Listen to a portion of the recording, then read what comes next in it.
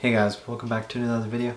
Today's video I wanted to do a review on the Canon 50mm lens RF F1.8 lens.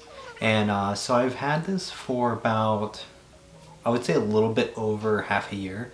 So I got this for my birthday around February, and I've been using it ever since then. And I've always been trying to find a way to put it on my lens or on my camera, and then always finding a way to take it with me. And so I wanted to talk about a couple things that I've noticed when I shifted from my budget lens or from my kit lens that came with my Canon RP, which is a 24 to 105mm lens. And I want to talk about that in today's video. And so first thing is I wanted to talk about like overall like the size, weight, and everything. It's very lightweight. First thing I noticed is like when you're taking photos, it's so light. And then also bring my overall camera when I'm walking with it, if I do like some small hikes, is that it's not like, I don't feel the camera like hitting my chest so hard and I don't always have to like hold it or whatever.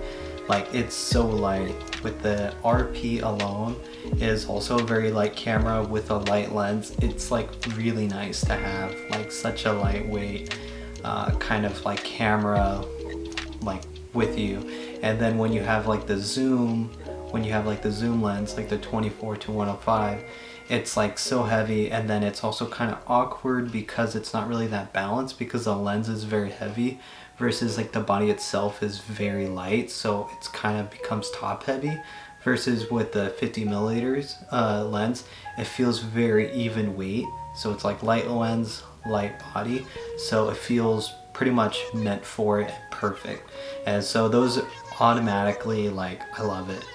And it's just small, compact, and amazing. And I would say overall with all the photos that I've taken, it really opened like kind of like the photos that I like to do, which is like portrait photos.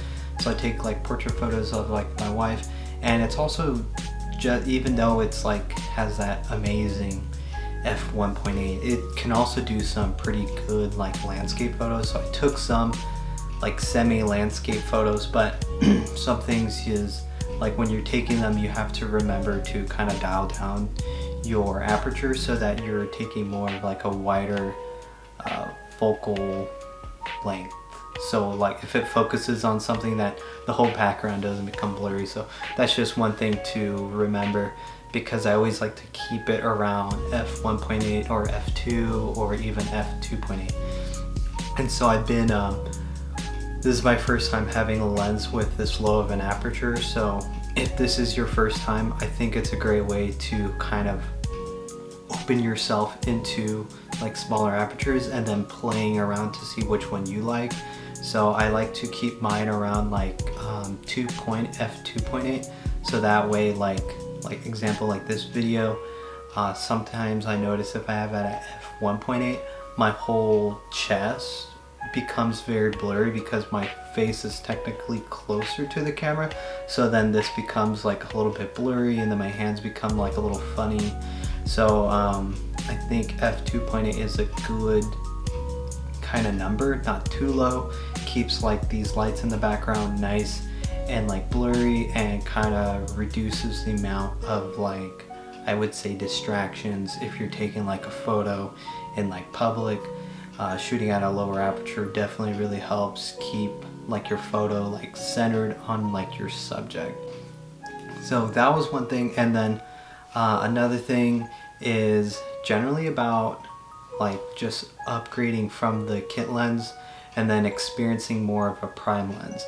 And so I think for me, I found it a really good way to kind of experience more of the prime lenses, and it made me kind of take photos differently, because then I understand that if you aren't sure like the difference between the zoom and the prime lenses, with the zoom lens you're able to zoom in from 24 to like 105 example, and that requires you to kind of move less around, because then you can just do all the moving via on the lens itself. Versus if you have a prime lens, you have to think more about your positioning, where you're going to be standing, where your subject's going to be standing more, to take full advantage of like the milliliters, and then, you know, understanding like the aperture to see like how blurry you want your background to be. So I feel like I do a lot more thinking, and then my photos become, I would say, more better, because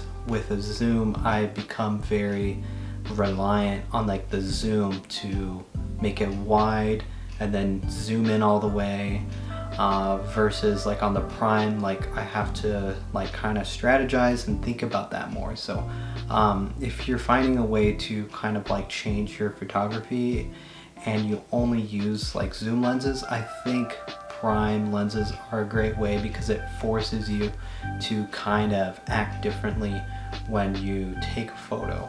And so for me, I found it to be really good for someone like an amateur or beginner.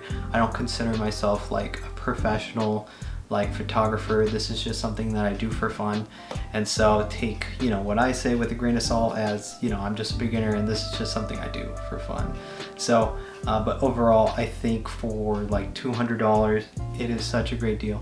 If you can find it during like Black Friday season for like cheaper than like $200, then it's definitely going to be a steal, and I would totally recommend like buying it, because you won't regret it. It is amazing. And another thing I want to mention is I watch lots of videos on the Nifty 50, and the more videos that I watch about the Nifty 50, I wouldn't recommend it, in my opinion, because there are so much more benefits if you are on like an R system camera. Because some things that I really notice is, you know, doing videos like this, if you're using like the Nifty 50 on like, you know, the EF version, then you're going to run into more things that are going to bother you that you don't really think about, which are things such as like the camera noise or the lens noise. So when you focus on like a Nifty 50, like if you get really close, like you'll hear the autofocus, versus on the RF version, it's, you can hear it, but it's really quiet, versus on the Nifty 50 it's going to be very loud. And for someone that likes to take photos, it can be a little distracting hearing that sound, but that's just me. And you know, maybe if you have some sort of OCD and that stuff bothers you, then definitely recommend getting this one, because it's a lot more silent. And then also when you're doing videos like I just showed you, you won't really hear that sound, and you'll hear a little bit of it, but you don't need to get like a shotgun mic like from above. Like I have a shotgun mic on top of my camera, and you don't hear, you could barely hear it, but it is there, but it's definitely like, I would say 80% better and 80% more quiet. And so with the amount of time that I used it in the past like half a year to or so, pretty much almost a year, 10 months, I definitely enjoyed it, and I'm having a lot of fun with it, still using it almost as much as I can. Always trying to find a way to bring it with me, so I recommend it. And if you don't have it, definitely try to pick one up, and yeah, maybe find a used one, probably get some pretty good for used. But yeah, I'll stop talking. Hope you enjoyed today's video, and yeah, leave a like, comment down below, what do you think? Do you think the Nifty 50 is better than the Canon RF 50mm lens, or do you like the RF version better like I do? So let me know down below, comment, like, subscribe if it's your first video, and I'll see you guys in the next